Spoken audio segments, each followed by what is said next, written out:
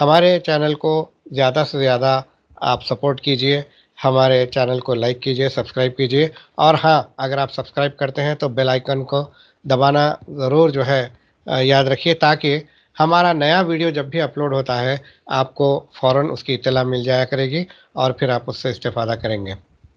تو ناظرین، اگلے ایپیسوڈ تک کے لیے آپ کے میزبان محمد امجد علی کو اجازت دیجیے۔ اللہ حافظ۔ میجسٹک سویٹس پچھلے 22 سال سے آپ کی خدمت میں لذیذ مٹھائی اور نمکین پیش کرتے آ رہے ہیں۔ میجسٹک سویٹس کی مٹھائی بالخصوص اجمیری قلاقند نہ صرف حیدرآباد بلکہ بیرون ملک بھی مشہور و معروف ہے۔ تازی ذائقہ دار مٹھائی اور نمکین کے لیے تشریف لائیے۔ Majestic sweets and savouries, Mehdipatnam, majestic sweets and namkeen, Toli چوکی، حیدرآباد۔ نام رکھائی کے اسپیشل لڈو یا گفٹ پیک آرڈر کرنے کے لیے کال کریں 8125359745 یا 9885875153 پر۔